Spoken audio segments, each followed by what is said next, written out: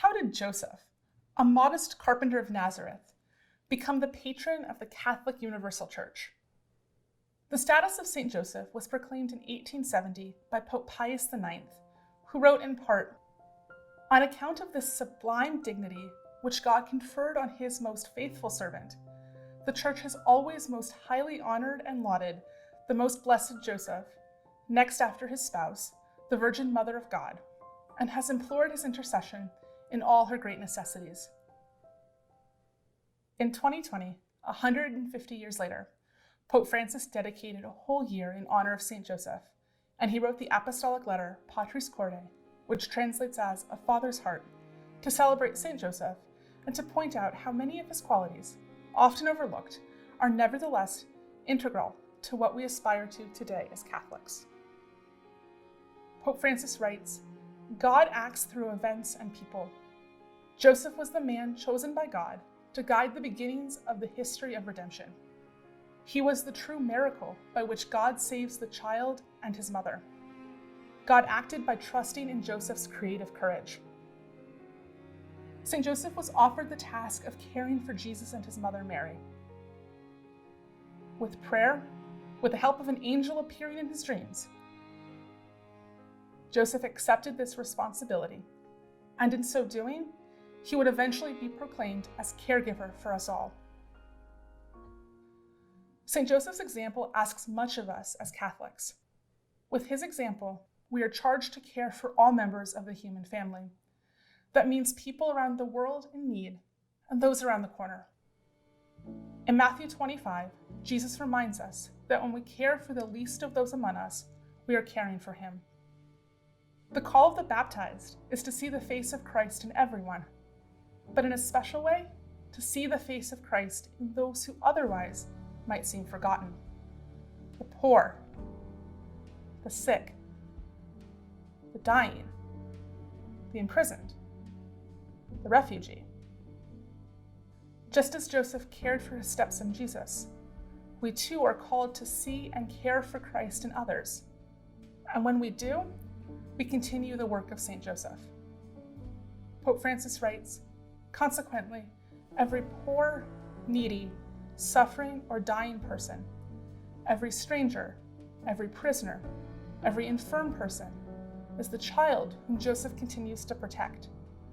For this reason, St. Joseph is invoked as protector of the unfortunate, the needy, exiles, the afflicted, the poor, and the dying." While we might not always consciously act in the name of St. Joseph, our care for those given to his care is done under his protection. It is easy to try and not see the poor around us.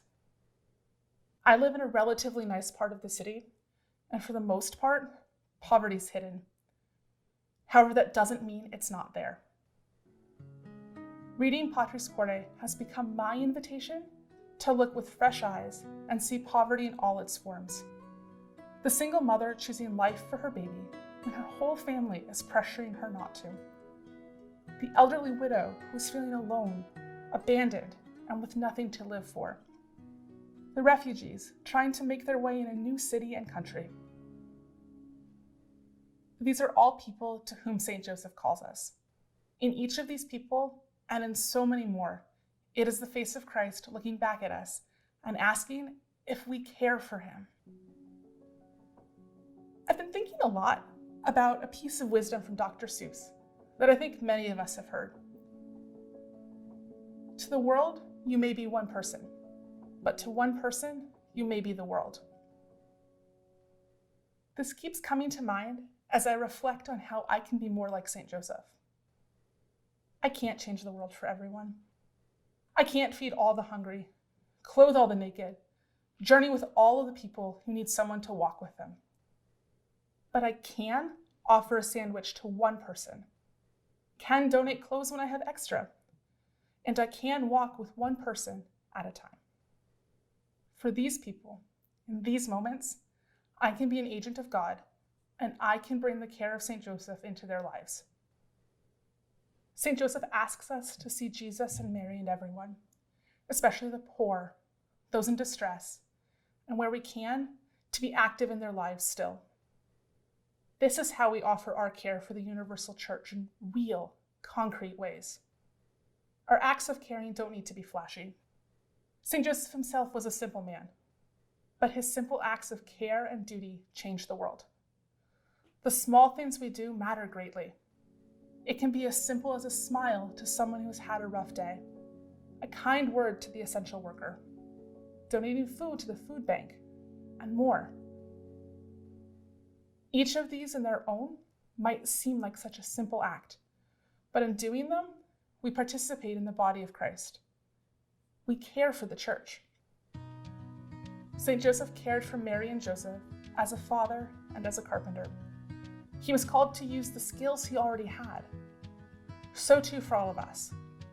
Most of us are not called to grand gestures, jumping into dangerous water to save a life, for example, but rather to caring for those around us in the simple, quiet ways of St. Joseph.